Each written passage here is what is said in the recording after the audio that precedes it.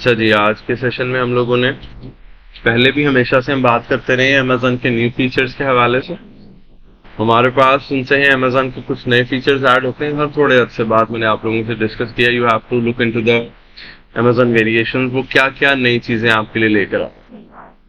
Normally हमारे पास inventory में कुछ ऑप्शंस आई हैं, जैसे इन्वेंट्री का डैशबोर्ड इन्होंने सेपरेट कर दिया है, मगर दो ऑप्शन इसमें बहुत गौरतलब हैं, वो नई ऐड हुई हैं।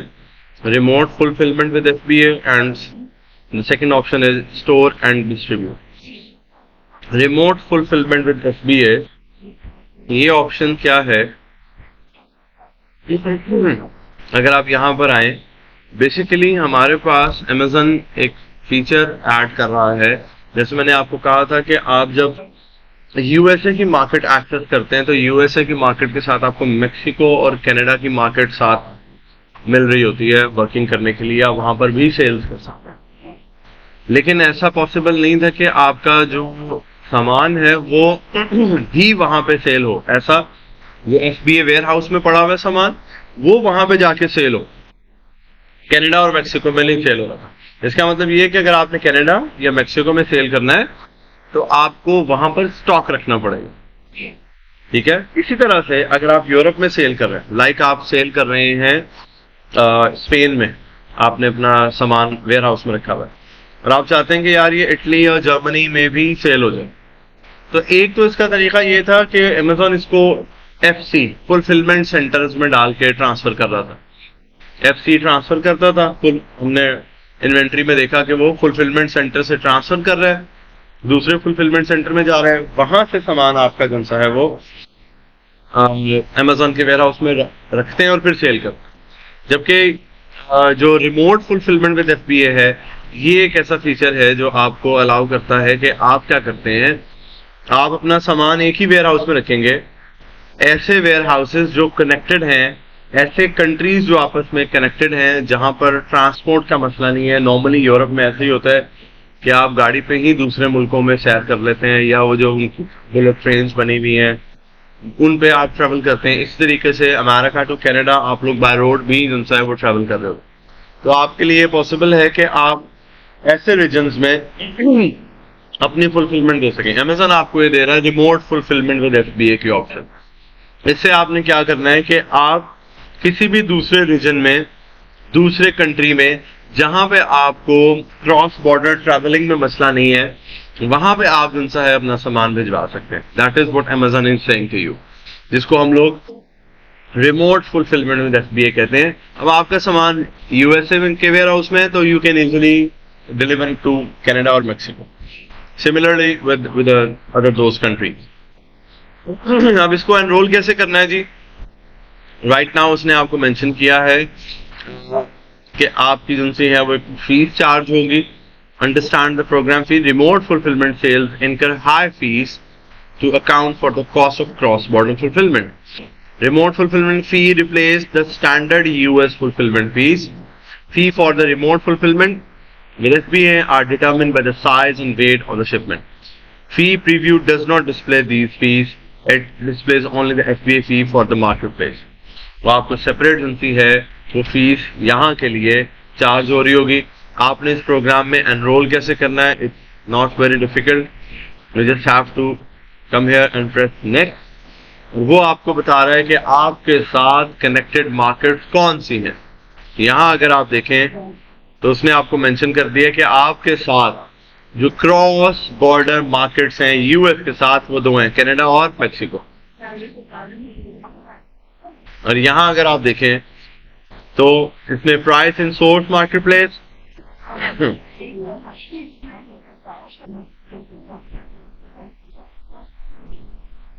price in source marketplace $10. Fulfillment fee in source marketplace is $1. इसमें एग्जांपल दी है। रेफरल फी 15% जो वो चार्ज करता है। और उसके बाद एक्सचेंज रेट, ये एक्सचेंज रेट जन सा है आपका वेरी करेगा कि जब आप किसी दूसरी मार्केट में सेल करेंगे तो वहां की करेंसी के अकॉर्डिंगली आपका एक्सचेंज रेट जन सा है वो वेरी करेगा। और आप देखते हैं कि यार एक बड़े माइनर से डिफरेंस के साथ आपकी जो प्रोडक्ट है final target price in the target market place it would be like 11.5, यानी कि वो प्राइस जो आपके $10 थी it would be converted into 11.5 due to the fulfilment, कि जहां पर वो दूसरे रीजन में जाके फुलफिलमेंट हो रही है उसकी। Next you have to accept this. ये नंबर्स कैसे कैलकुलेट कर रहे हैं उसने मेंशन किया है कि भाई आपकी जो कन्वर्जन रेट है उस कन्वर्जन रेट के अकॉर्डिंगली वो टारगेट मार्केट की प्राइसेस को सेट करेगा, और वो प्राइसेस डेफिनेटली आपकी कस्टमर पे करेगा। और अगर आपकी चीज इस तरह की है कि भाई जो दूसरे रीजन्स के लोग हैं वो आपसे डायरेक्ट भी बाय करते हैं, बहुत दफा ऐसे होता है कि मैक्सिको कनाडा के लोग यूएसए से बाय कर रहे होते हैं बिकॉज वो प्रोडक्ट वहां पर अवेलेबल नहीं होगी। उस केस में आपको ये फायदा है कि आप उनसे अपनी प्रोडक्ट को उस तरह से डिलीवर करवा सकते हैं। Just have to go for the next, और आपने इसको अंडरस्टैंड करना है कि I understand all the things which you have mentioned. उसकी जो फीस कैलकुलेट होगी डेफिनेटली मैं आप लोगों को एक बात ऑलरेडी बता चुका हूं कि भाई फीस तो तभी कैलकुलेट होगी जब आपकी प्रोडक्ट सेल होगी, तो फिर फीस कैलकुलेट होगी, देन यू हैव टू पे द फी। तो आपने क्या करना है, इस प्रोग्राम को एनरोल का बटन क्लिक करना है and you get enrolled into it. ठीक है, आपको पता है मैं अभी क्लिक नहीं करूंगा, मैं सिर्फ आप लोगों को यहाँ तक बताता हूँ। तो आप लोग एनरोल का बटन क्लिक करेंगे और आपका प्रोग्राम जो सा है वो एनरोल हो जाएगा इस ऑप्शन के लिए कि भाई आप रिमोट सेलर फुलफिल्ड में चले जाएंगे। ठीक है जी, और ये सारे उस सामान पे अप्लाई होगा। इट्स वेरी अंडरस्टूड कि जो सामान आपका वेयर हाउस में रखा हुआ है और आपने उसको एनरोल किया है, अब ये सामान आपका दूसरी मार्केट में चला जाए। ठीक है जी, सेल्स के लिए अब अवेलेबल हो। बात समझ में आई थी हमें यहाँ तक? ओके। नेक्स्ट हमारे पास जो ऑप्शन है that is store and distribute. This is again a new option in Amazon। Store and distribute जिनसा है वो ऑप्शन क्या करती है, अब आपके पास एक ऑप्शन है Amazon warehouse and distribution की। Warehouse and distribution normally Amazon आपको जिनसा है वो फैसिलिटी देता है कि आप Amazon के वेयर हाउस में अपना सामान रखें, लेकिन अब आपको ये ऑप्शन दे रहा है कि यार आप वेयर हाउस में बहुत ज्यादा सामान रख सकते हैं, यानी कि आप हाई लेवल इन्वेंट्री को यूज कर सकते हैं एज अ होल सेलर। आप एज अ होल सेलर अपना सामान वेयर हाउस में रखें और वो सामान फिर आप अपने रिटेलर्स को या अपने बल्क बायर्स को सप्लाई कर।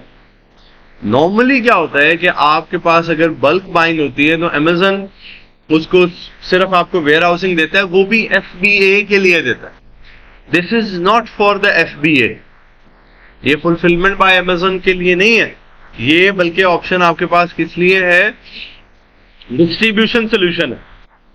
मिसाल के तौर पे आप कहते हैं जी आपका एक सिटी में आप कहें जी मेरा जिनसा है वो न्यूयॉर्क में सामान रखा हुआ है, न्यूयॉर्क में आपका सामान रखा हुआ है और आप कहते हैं यार ये इस स्टेट से मेरा सामान अब डिस्ट्रीब्यूट होना है कैलिफोर्निया में, टेक्सास में, न्यू जर्सी में, फ्लोरिडा में।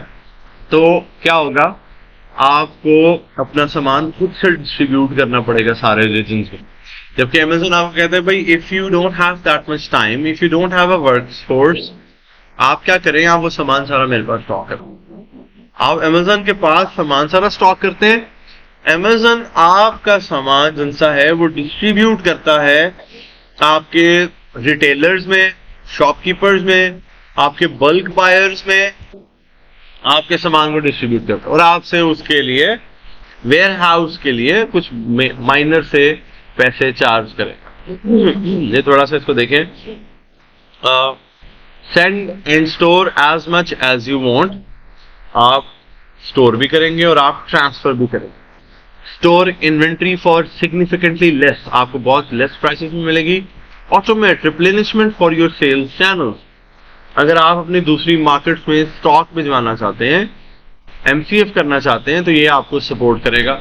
Only pay for what you use, जो आपने स्पेस यूटिलाइज करनी है उसी के लिए सिर्फ आप जिनसा है पेमेंट्स को Amazon आपसे चार्ज करेगा। ये उसके बेनिफिट्स मेंशन है, ये वो आपको चार्जेस बता रहा है। अच्छा, यहाँ पे जब हमने एनरोल किया तो एनरोल के बटन में हमें ये ऑप्शंस दे रहा है कि आपने क्या करना है। सबसे पहले you have to send the create the shipments. आप वो अपनी बल्क शिपमेंट्स बनाएंगे।